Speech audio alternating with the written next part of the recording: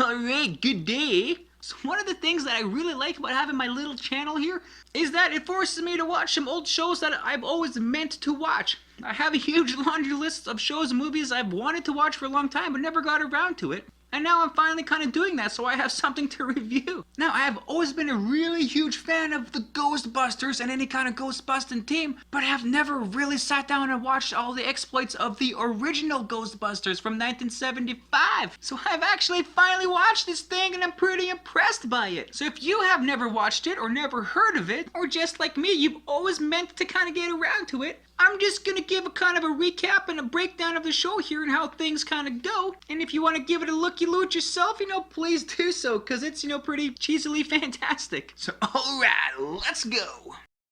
Okay, so let's start off with some characters. I guess we'll go through the hierarchy of the whole operation. We start off at the top with a character named Zero. He is played by Lou Scheimer, who is the co-founder of Filmation and a producer of this show. So good job penny pinching and not having to hire another actor for this. We actually never see the character. He leaves assignments for the Ghostbusters at the general store, and he seems to have a great knowledge about the ghosts and their mission. It is suggested that he is from the future, and that's why he knows so much. I thought it was just good reconnaissance, but I guess not. So now let's get to the field agents. The leader of that group would be Kong. He is played by Forrest Tucker. In this show, his first name is never given.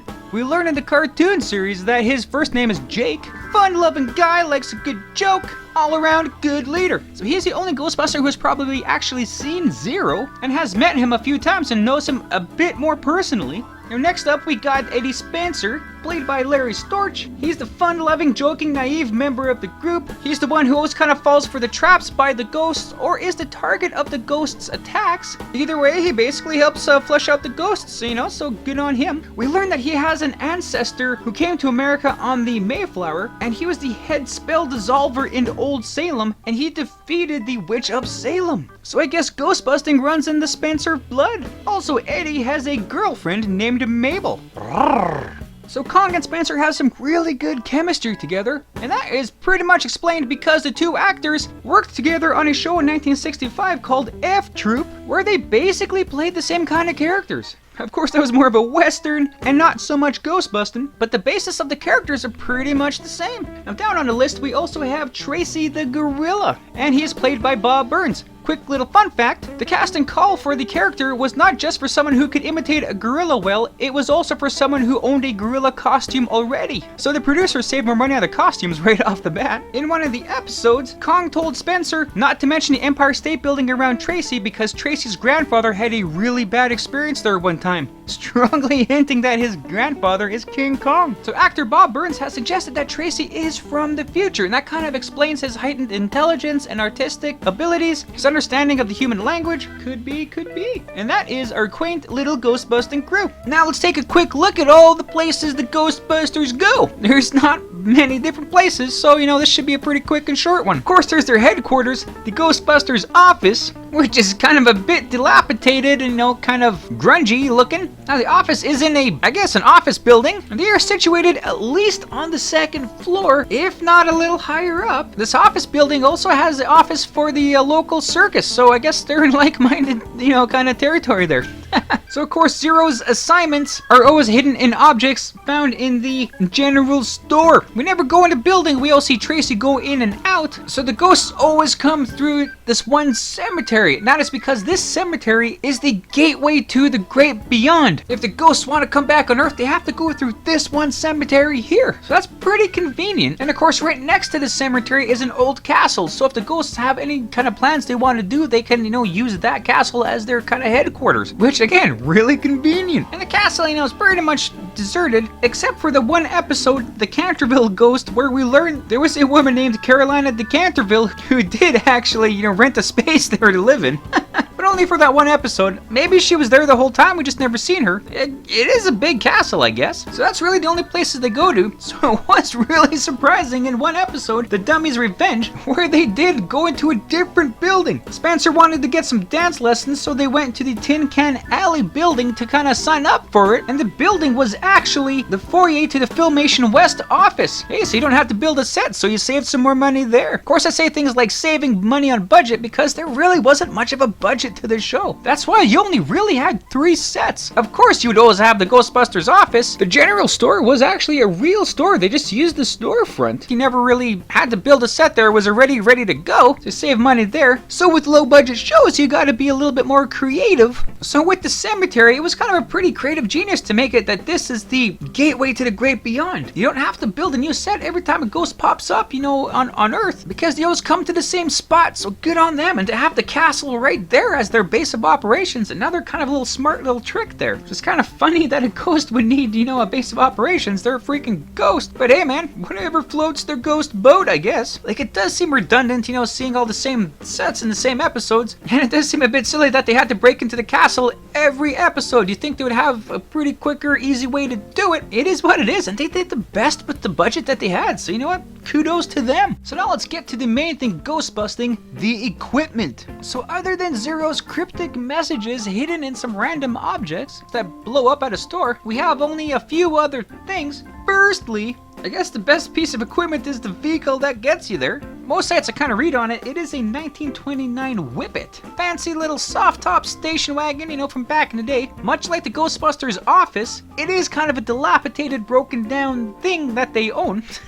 There's always something wrong with it, either the brakes or, you know, it just chugging along. The soft top roof doesn't retract back or go up, it's just kind of stuck midway. Next piece of equipment is the ghost kit. This is what Tracy kind of carries around for every ghost mission, and it's got pretty much everything you need, like every random object, including, I think, dynamite, ropes and whatnot. And also, it also carries the most important piece of equipment, the ghost dematerializer, which, if I'm not mistaken, is kind of the first scientifically made ghost busting equipment featured on television or movies. Please correct me if I'm wrong. There is no really clear information on what the ghost dematerializer actually specifically does. We just know that it sends the ghosts back to the great beyond, which I guess is all you really need to know in more of a general sense of it. Like, you don't really need to think about it too hard. Like, they came from the great beyond, you know, through a passageway through the old cemetery, so yeah, they're getting sent back. It's, you know, pretty straightforward, right? Of course, in the second episode, Dr. What's his name? Kong, the one who uses the dematerializer, right before blasting Dr. Frankenstein and his monster, said the line, "I'll set this thing for 500 years."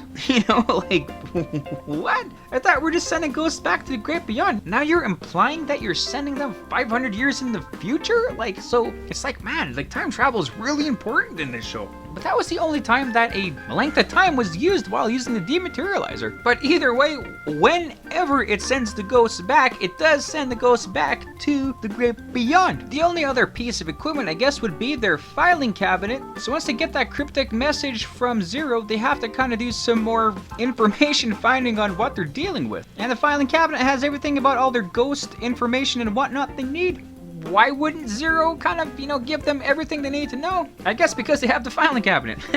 I don't know, I just watch it. And yeah, I guess that's pretty much it for their equipment. So if we get to their actual missions, the show was only 1 season and 15 episodes, but they're all pretty much cookie cutter episodes of each other, basically for budgetary restrictions, so a lot of the same things kind of reoccur per episode. So obviously a ghost comes back from the great beyond and has its own plans and what they're gonna do. Zero knows about this, sends a message to Ghostbusters. Tracy picks up message, which blows up in his face after. Ghostbusters go to the castle and stop the ghost there. Pretty much the meat and potatoes of it right there. And of course there are a lot of running gags that do happen in this. Whenever Tracy drives to the general store to pick up the assignment, there's always something wrong with the car. The best example being that the brakes don't work, so Spencer has to throw out an anchor to make sure the car stops. Spencer always breaks down crying because he could never get the filing cabinet open. There's always some kind of crazy sight gag happening with it. Like you try to open up one drawer, but a different one opens up, and Tracy comes along and just easily opens up the specific drawer needed. Tracy is also really artistic, and he does a lot of different art. Generally, his art kind of comes to life. Like, he can draw a fridge on a canvas, and that suddenly becomes a working fridge. So with that, there's a lot of really good jokes in this series. But like I was saying, because of the budget and the limited amount of sets, you know, they can only do so much, and they do try to change it up per episode to make it as different as they can, and with what they have, they actually do a pretty good job of it, you know? So I'll give them kudos to them. that, they do meet up with a lot of different ghosts. Some ghosts are people from real life, such as the Red Baron, Eric the Red, outlaws like Billy the Kid and Belle Starr. You also have a lot of movie monsters who come back as ghosts, like Dr. Frankenstein and his monster, and Dracula, who is old and senile and gets his teeth stuck in everything, Wolfman. It's usually two ghosts that come back at once. One of these ghosts is really smart and knows what's going on. The other one's actually a dumb lackey and makes for some pretty good comic relief. And one of the good things about this show is that every single actor in it, they give it their all. Like it might just be a low budget children's show, but everyone gives a pretty darn good performance in there. So all in all, these are some wonderful episodes. Like, that is a awesome show. Even though it's basically a kid's show, there's some stuff in there that is so ridiculous that I was laughing along with it. And it was better than I thought. Even back in the day when it originally aired, it was actually a highly rated show. So from all the Filmation shows, this was the second highest rated show they had that year in '75. And those numbers are good enough to warrant a second season. But instead, they decided not to continue with the show and have their budget from this show go to their #1 rated show, Shazam. And all we had for Ghostbustin' at the time was just these 15 episodes. What could have been, eh? One of the really funny things about the show wasn't actually something in the script, it was the kind of more the behind the scenes stuff. So the two main actors, Larry Storch and Forrest Tucker, they did like a drink or two, and it was written in their contracts to have booze available for them on the set as they were filming. Larry Storch had white wine for him, and Forrest Tucker had a case of beer, and they would drink throughout the whole filming. Forrest Tucker eventually switched to Jack Daniels, and it's actually pretty funny because you can see a difference in his performance of when he was drinking beer as opposed to drinking Jack Daniels. So for around the first 4 episodes or so, he was drinking beer. He had a pretty good performance, but he still kind of seemed like he was lacking energy and something kind of seemed off. Once he switched to Jack Daniels, like his energy just skyrocketed and he almost seemed like a different character. He was much more engaged in everything, much more laughing and joking. And it was a wonderful thing to see because it made the chemistry of the show, that much more tight. All thanks to booze. But if you can get away with drinking at work, why not, right? Ghostbusting interest really increased in 1984 for some reason, and we did get some exploits of Ghostbusters in cartoon form. So let's take a look.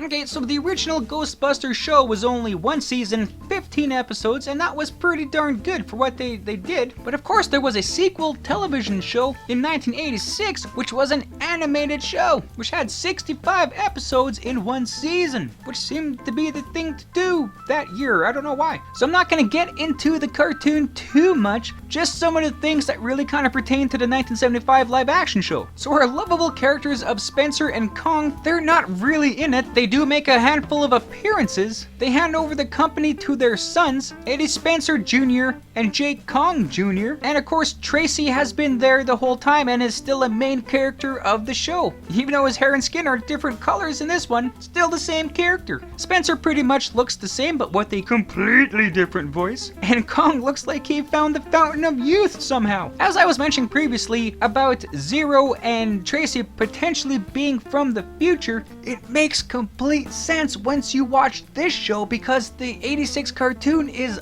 all about time travel. Heck, their new car, the Ghost Buggy, has time traveling capability built into it. Their main villain, Prime Evil, is from a different timeline, and they do meet Ghostbuster Futura from the future. That really gives the time traveling concepts from the original show a lot more meat and potatoes. Of course, a lot of things have changed. Well, you still have the ghost dematerializer, but you have a whole bunch of more ghost busting equipment. They moved out of their ghost busting office in that building, and now they have their own standalone kind of house. Of course, they got a new ghost car, and they go to a lot more locations other than just the graveyard and the castle. So I guess much cheaper to do that in a cartoon. Of course, there are a lot more things in that '86 cartoon, and I'll get into that in a video in the future, but I just want to talk about some of the original characters and some things in that original show and how it carried over into this one. And not a whole bunch, but still pretty good to see some of those old characters and some of that old stuff. So I'm not quite 100% sure of where Filmation got some of their influences to make this show, the whole basis of it and whatnot. I'm just gonna throw out some theories I have, and just my own speculation, so I don't know how much it means. So I'm gonna cite 2 different films here. First one, let's tiptoe all the way back to 1937 with the Disney classic Lonesome Ghosts. So similar to the Ghostbusters, it is a 3-person team with Mickey, Donald, and Goofy, and their company is called Ajax Ghost Extermination. So let's just take a look at both of their offices here really quick. As we see, they're actually both pretty similar. They're both pretty run down. They have a desk in the middle of the room where they all hang around. There is a low-hanging object in the center of the room on top of the desk. Ghostbusters, it's a fan. It looks to be kind of a light for Ajax. Random certificates and diplomas on the walls. Even the front door to their office is pretty much the same. A door that has text on the glass and it's just the name of the company. Some pretty good similarities there. Also with characters, if we compare Goofy to Kong, let's just take a quick look. As we can see, they're both dressed pretty similar. They both have a long sleeve yellow shirt. They got a vest on top. Goofy's got the pants with a plaid colored hat, whereas Kong is reversed with plaid colored pants with a hat. But other than that, pretty strikingly similar. Just speculating that's where he got his costume idea from, plus the big number 5. And in both groups, there is one person carrying all the equipment. For Ajax, it's Goofy. For Ghostbusters, it's Tracy. So yeah, there's some pretty good similarities between these two. The other film I want to cite is 1946 Bowery Boys classic Spookbusters. So like right off the bat, throughout the whole production, the name of the film was going to be Ghostbusters, but for some reason at the last minute they switched it and changed it to Spookbusters. So that name was already kind of basically out there. So in this one, the boys start up their own company called the Mahoney Insect Extermination Company. They got to do an insect extermination job at a house. Turns out they believe it might be haunted, so now they're fighting ghosts technically. It's actually not haunted, it's just a mad scientist lives there, and he wants to transplant a human brain into a gorilla. So to me, there are 3 things here that really kind of probably influenced the Ghostbusters. So right off the bat, you have the potential of putting a human brain in a gorilla. So in Ghostbusters, Tracy is actually a really smart character, right? Like you could pretty much speculate that it is a human brain inside of a gorilla because he's that smart, he's that artistic, he can figure things out. He just can't speak well because I guess, gorilla vocal cords aren't the same. So that concept could be a basis for Tracy. So in most of the films, I do believe the Bowery Boys have a jalopy rundown vehicle, and they use it in this one as well. They just painted the name of their company on the side of the car, which really is pretty much similar to the Ghostbuster car, a rundown old jalopy with their company identifier on the side of the car. Not exactly the same, but it's still a cool car. In the 70s and 80s, man, cool cars were, the name of the game for television, right? So in Spookbusters, the character Satch is kind of the simpleton, naive kind of guy getting in trouble, and he was the one trapped by the mad scientist, to be part of this brain transplant experiment. That's kind of similar to Spencer in Ghostbusters, how he's the kind of naive, almost simpleton kind of character who always falls for all the traps. So that could be another influence for Spencer. In fact, Dr. Frankenstein wanted to transplant Spencer's brain into Frankenstein's monster, so yet another similarity. Also with the fact most of the Bowery Boys, wear suits of some kind, that might explain why Spencer is wearing a suit. Why it's a specific zoot suit, I'm not sure. So some of those similarities are probably just coincidence, but some do seem a bit on the nose. Other influences, obviously Mission Impossible, where Zero leaves a cryptic message for the field agents and that message will self-destruct. That is just a small little detail, but it does kind of set up the mission structures similar to both shows. And of course, obviously, as I mentioned before, F Troop is the basis of Spencer and Kong, of course being the same actors and kind of giving the same kind of chemistry on the show. Right on, and there you go. So thanks for watching the video. I hope you liked it as much as I did making it. Also, feel free to check out the source material that I featured in this video. And if you want to leave a comment on anything you may have liked or things I might have missed in this, feel free to do so. Or anything else, just to say hi. That's cool too. And other than that, have a great day. Thanks.